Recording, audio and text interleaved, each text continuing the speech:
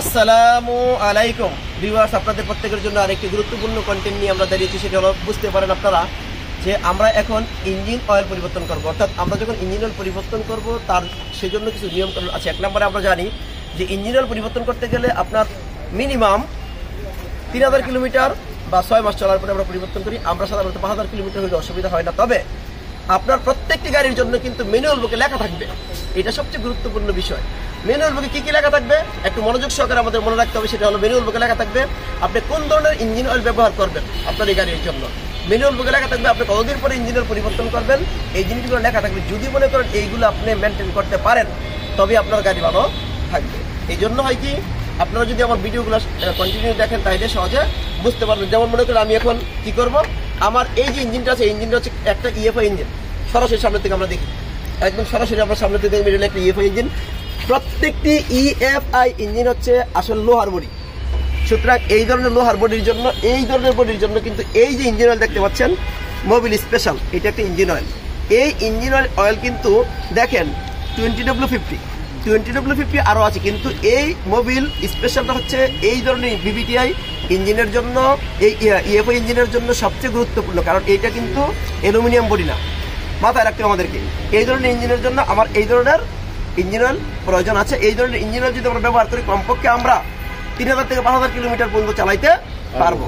সুতরাং আপনারা, আমি আশা করবো আপনারা এই ধরনের ভিডিও দেখলে কিন্তু আশা করি যে এই ধরনের ইঞ্জিনের জন্য, অর্থাৎ ইএফআই ইঞ্জিনের জন্য আমরা চেষ্টা করব এই অয়েলটা দেওয়ার জন্য। সুতরাং আমরা এখন আমাদের কাজটা শুরু করে দিই। দেখেন, প্রথমেই তো আমরা এই ধরনের ইঞ্জিন অয়েল পরিবর্তন করলে প্রথমে ইঞ্জিনটাকে স্টার্ট করতে হবে। আমি একটা ইঞ্জিন স্টার্ট করি, সরাসরি ইঞ্জিনের সামনে দাঁড়াই আমরা দেখি, ইঞ্জিনটা স্টার্ট করি আমরা।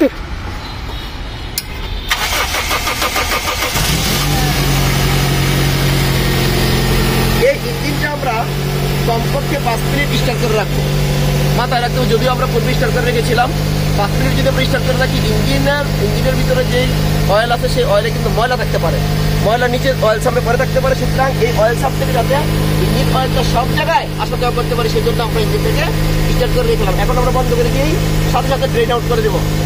একজনকে দিয়ে আমরা কি করবো, এখন ড্রেন আউট করাবো। ঠিক আছে,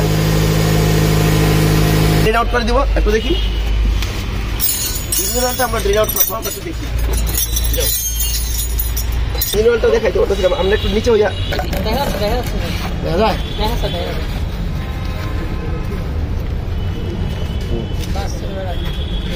আমরা এখন ইঞ্জিন অয়েলটাকে ড্রেন আউট করবো, আপনারা দেখলে সহজে বুঝবেন। একটু দেখি আমরা।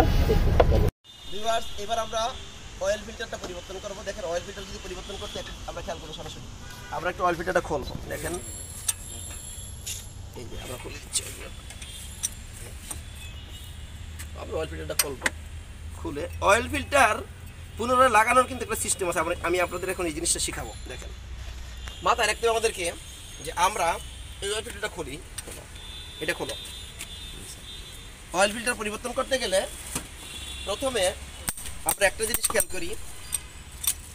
দেখেন, এই যে ফিল্টারটা আছে, এই ফিল্টারটা মূলত এটার ভিতরে কিন্তু পেপারস আছে। আমি পূর্বে আপনাদেরকে বলছি, অয়েলটা একটু দেখি আমরা, আমাদের যে অয়েলটা দেখি, এই যে এই যে স্পেশাল যে অয়েল আছে, ধরেন এখানে, এটা আমরা একটু খুলবো। সরাসরি একটু দেখার চেষ্টা করি আমরা। একটা স্ক্রুড্রাইভার দেবো।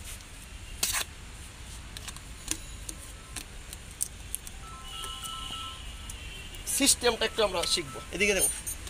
এই যে অয়েল ফিল্টার আছে, এই অয়েল ফিল্টার কিন্তু আপনাকে অবশ্যই অয়েল দিয়ে পূর্ণ করতে হবে। একটু দেখাই, এদিকে আসি আমরা, সরাসরি বসি, সামনে থেকে দেখি, আরো একটু সামনে দেখেন। আমরা এই যে অয়েল দিচ্ছি না, দেখেন অয়েল আমি একদম ভরে দিলাম, দেখছেন একদম চলে গেছে ভিতরের দিকে। অর্থাৎ যতক্ষণ পর্যন্ত ভিতরের যে পেপারটা আছে সেই পেপারটা, বা একটু সরাসরি আমরা নিচের দিকে দেখবো, এই পেপারটা যদি সম্পূর্ণ না ভিজে যায় তাহলে কিন্তু আপনার জন্য অসুবিধা। এই জন্য কী করবো আমরা, আপনার অয়েল একটু পরে পড়ুক, দেখছেন একেবারে।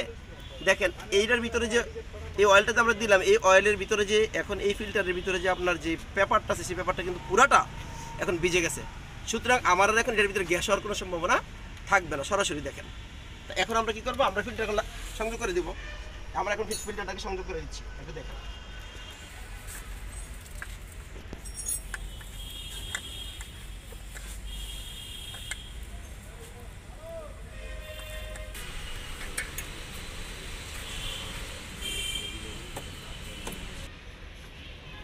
আমরা এই যে ফিল্টারটাকে সংযোগ করে দিলাম। এবার আসেন, নিশ্চয়ই আমরা যখন ইঞ্জিন অয়েল পরিবর্তন করবো তাহলে অবশ্যই আমাদের এয়ার ফিল্টার পরিবর্তন করতে হবে। দেখি আমাদের এই যে এয়ার ক্লিনার আছে আমরা এটা পরিবর্তন করে দেবো। দেখেন নতুন এয়ার ক্লিনারটা আমরা এখন চেঞ্জ করে দিচ্ছি।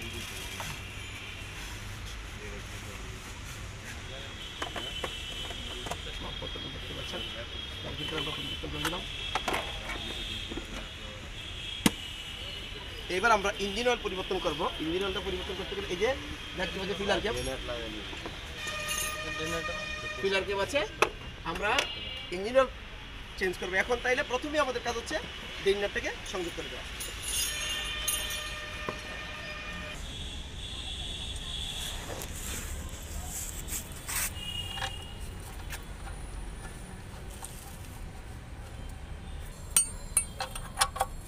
টাইট একটু আমরা ভালো করে টাইট দেবো এবং থ্রেড যাতে না কাটে সেটা অবশ্যই আমরা খেয়াল করার চেষ্টা করব। জি ওকে ডান।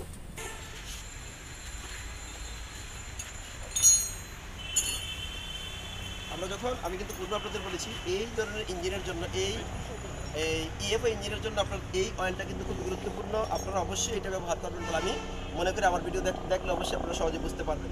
দেখেন আমরা এখন এটা দেবো। দেখেন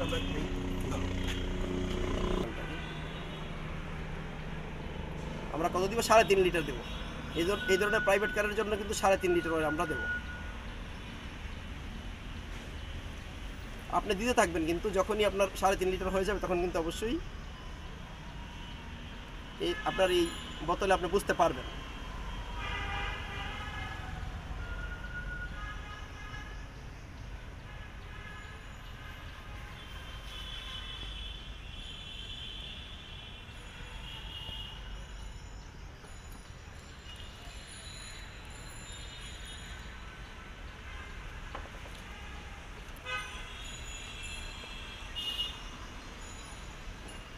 যে ইঞ্জিন অয়েল যে ডিপস্টিক আছে সেই ডিপস্টিকটা আমরা খুলে দেখি কি পরিমাণ গিয়েছে।